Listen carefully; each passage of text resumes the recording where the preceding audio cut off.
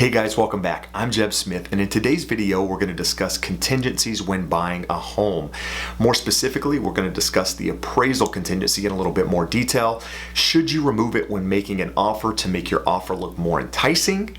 Or perhaps you've made an offer on a property and it's above the asking price, maybe in a multiple offer situation, and your counteroffer has come back asking you to remove that appraisal contingency as part of the acceptance on the property. Is that something you should consider? Well, that's what we're going to discuss in today's video, but we're going to start by discussing what an actual contingency is. What does contingency mean? We're also going to go over the 6 different contingencies that you have as a buyer in the state of California when making an offer on a property. And then lastly, we're going to talk about that appraisal contingency. Should you remove it when making an offer or when accepting a counteroffer? And what happens if you do remove it and the appraisal comes in low? What are your options then? But before we get into that, I'd like to take a minute and introduce myself again. My name is Jeb Smith. I'm a real estate broker here in Southern California. And I want to ask a favor. If you're new to my channel and you haven't already subscribed, do me a favor and hit that subscribe button if you like all things real estate related. My channel is all about helping buyers, helping sellers navigate that home buying process and keeping homeowners up to date on trending topics. So Thank you for taking the time to watch, and hope to see you again soon on another video by hitting that subscribe button. Well, let's take a minute and actually start by describing what a contingency is.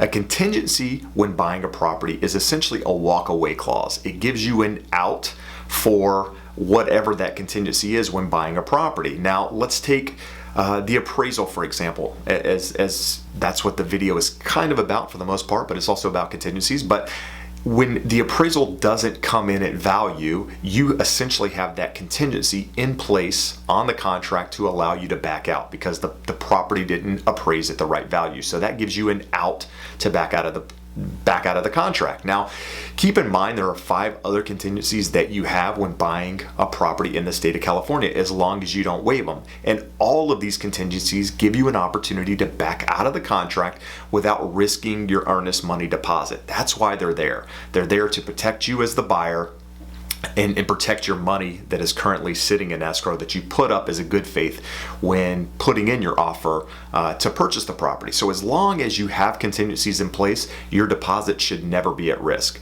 But at which point you've released all of those contingencies and you decide to cancel or something happens at that point, then that's when your deposit becomes at risk. But this video isn't about that. It's about explaining contingency. So you have that appraisal contingency, which I mentioned. You also have a loan contingency. That loan contingency allows you to get financing on the property if you're getting a loan. If you're unable to obtain financing for any reason, you can use that contingency to back out.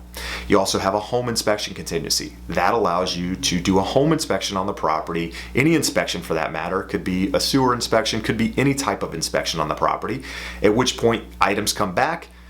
You can use those items to back out of the contract, and if you're not able to negotiate repairs for whatever reason, you can back out for that inspection contingency.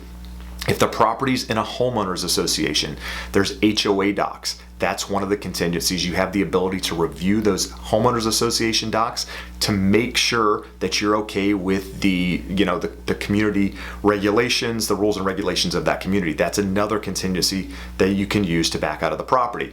Another one is seller disclosures. In the state of California, sellers have to fill out certain disclosures when selling a property. You as a buyer have an opportunity to review those disclosures. If there's something in there that's alarming to you or something that you're not happy with, you can use that contingency to back out of the property.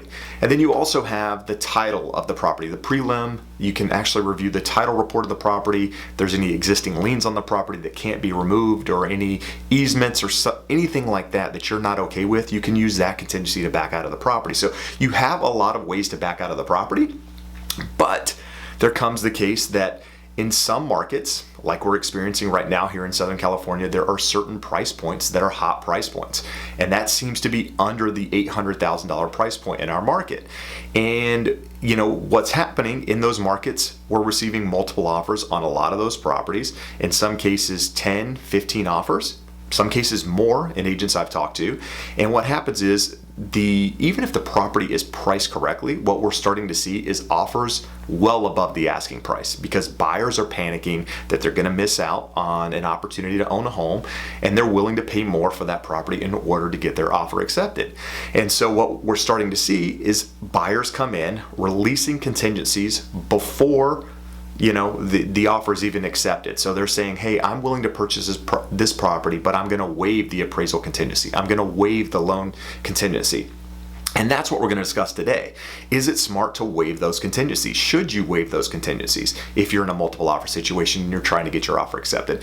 And more commonly, what I'm starting to see is when putting offers in with buyers is that the counter offer is coming back. So we're not waiving contingencies up front in our original contract. But what happens is when the counter offer comes back, because we've bid above the asking price, the seller's agent, the listing agent, is coming back and saying, hey, look, this is the price that we're willing to accept, or we're willing to accept your price, but we want the appraisal contingency waived. So what they're asking is to us to remove that contingency, so we can't use that contingency to back out of the contract if something happens. So the question is, should you do that? Is that something you should consider when making an offer on a property? The answer is no, at least in my opinion. I tell buyers, you shouldn't go in with the idea that you're going to remove contingencies, right? Unless it's the property that it meets, checks all the boxes, and you absolutely don't want to lose it, and you're okay, and you understand that if the appraisal doesn't come in, there's a chance that you have to make up the difference in your purchase price and the appraised value, and not the full amount, but whatever the financing leg of that transaction is. So if you're borrowing 80% of the purchase price that you came in, and it appraises for less than whatever the offer price is, you don't have to come up with the full difference. You just have to come up with the difference that the lender is willing to lend. And so if you're okay with that, and going in understanding that you actually might be overpaying for the property in some cases, then sure, go for it.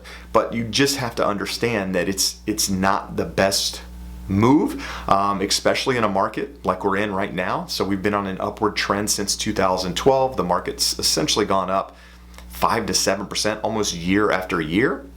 And not that I'm expecting some, housing bubble or bubble burst or real estate market crash. That's not what I'm saying at all. But I just don't think it's a good idea to overpay for property, especially in a market like we're in right now. So as a buyer, you have to understand that. Now, what happens if you accept the appraisal waiver or the counter offer where you're willing to waive the appraisal, and then the appraisal comes in lower? Well, you have a couple of different options. This is the same thing when buying a property without waiving the appraisal contingency, is you have an opportunity to renegotiate, right? To renegotiate that value. It's something your agent should do on your behalf, and try to provide comparables to the lender, to the appraiser, to help justify the offer, the value that you put in, or the purchase price that you put in on the property. And in some cases, you can, have the appraiser change those values, and, the appraisal's fine. But in a lot of cases, the appraiser is going to stick to their value, and it's going to be hard to get them to change their mind, especially in the market that we're in right now. So what that means for you as a buyer is that you can't use that appraisal contingency to back out. You can use other contingencies to back out of the property. You could use, if you still have your home inspection contingency, or you still have these other contingencies in place, you can use one of those to back out of the property. But ethically, you shouldn't be going into a property accepting the contingency waiver, if you will, the contingency removal, the appraisal contingency removal up front, with the idea that if it doesn't come in, you're going to back out, right? You have to go in with the idea that, hey, there's a chance this doesn't appraise. I'm okay with that. If I'm okay with that, then I'm moving forward. If you're not okay with that, then chances are you shouldn't be moving forward with that offer.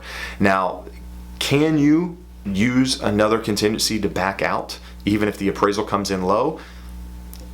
Yes, as long as those contingencies are in place. But again, there are some agents out there that are sticklers, and some sellers that will use that against you. If the appraisal comes in low, they want to see where the appraisal is, and they may say, hey, look, we think you're backing out of the contract because the appraisal came in less and that was one of the contingencies you waived, you can't use that.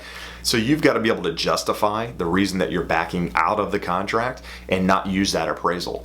And to be completely honest, it's one of those things that as a listing agent, I don't like to start waiving appraisal contingencies. I don't think it's the right thing to do, but what happens is it creates this overinflated market, and we're seeing that in some price points right now. I don't think that that's something that's gonna, like I said, a bubble's gonna burst anytime soon, but as a buyer, you have to understand that in that price point in Southern California, that's the market you're going into, and when putting offers in on property and you're offering well above the asking price in some cases, that might be something that comes back to you. The seller may ask you to waive that appraisal contingency, and you have to know what you should do in that case if that comes up. So I hope that is helpful. I have done another video where I actually talk about the contingencies, all of them, in a little bit more detail, which I'll link to above here. It's an older video, but it explains those contingencies in a little bit more detail and may help you understand them.